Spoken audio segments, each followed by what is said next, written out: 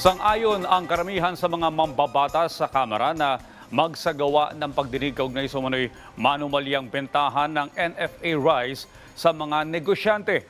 Ang detalye sa report ni Noel Talakay. Matapos masuspende ang 139 na empleyado ng National Food Authority o NFA, tiniyak ngayon ng ahensya na magpapatuloy pa rin ang kanilang paghahatid serbisyo sa publiko alinsunod sa kanilang mandato. Ayon kay Assistant Secretary Arnel de Mesa, spokesperson ng Department of Agriculture o DA, sapat ang mga tauhan ng ahensya para sa pagbili ng palay sa mga magsasaka, lalo na't papalapit na ang peak ng harvest season. Tiniyak din ito na mananagot sa batas kung mapatunayan na sangkot sila sa maanumaliyang bentahan ng bigas sa mga negosyante. Nangyari man nung nakalipas, ngayon ang gusto talaga ng ating mahal na Pangulo ay masigurado na mawala yung mga ganitong problema. Sinasabi rin ng ating kalihim Secretary Chu Laurel Jr. na hindi na ito mauulit at lahat ng necessary safeguards will be put in place. At lahat po ng may mapapatunayan na may problema ay haharap po sa batas. Ito ngayon ang nais gawin ng Kongreso. Ayon kay ACT-CIS Party List Representative Erwin Tulfo, magsasagawa sila ng pagdinig kaugnay ng anomalya sa NFA. Dapat po talaga managot sila, dapat makasuhan na sila. There will be a hearing on Thursday, this coming Thursday, yung Committee on Agriculture, and we'll find out why.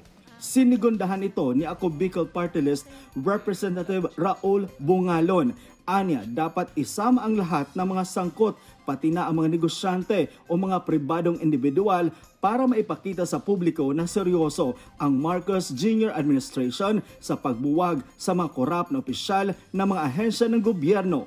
Hindi lamang dapat sa mga public officials involved nakatuon ng investigasyon, pati na rin po sa mga pribadong individual na kasabwat po nito ng mga public officials natin ay makasama din dapat sa mga makasuhan. Hindi naman sang-ayon ang ilang mambabatas na buwagin na ang NFA. Nais nila magkaroon ng reorganization sa ahensya, lalo't malaki pa rin tulong ang trabaho nito sa bansa. Kasi makikita din naman natin na malaki rin yung ginagampan ng papel ng NFA in terms of our rice buffer stocks, in terms of helping our farmers at times of harvest. Pag mahina na yung absorptive capacity or medyo alangan yung mga presyuhan sa merkado, nandyan din yung NFA upang bilhin yung produkto na ating mga magsasaka sa mas mataas na presyo. Mahalaga po yung mandato at tungkulin ng NFA ngayon, lalong-lalo na sa panahon ng El Nino, meron hong banta na tuloy-tuloy ang pagtaas ng presyo ng bigas.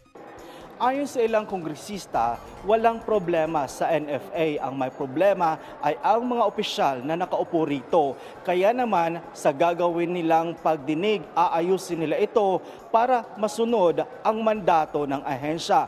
Isa na nga rito ang makapagbigay ng abot kayang bigas sa mga Pilipino. Noel Talakay para sa Pambansang TV ng Bagong Pilipinas.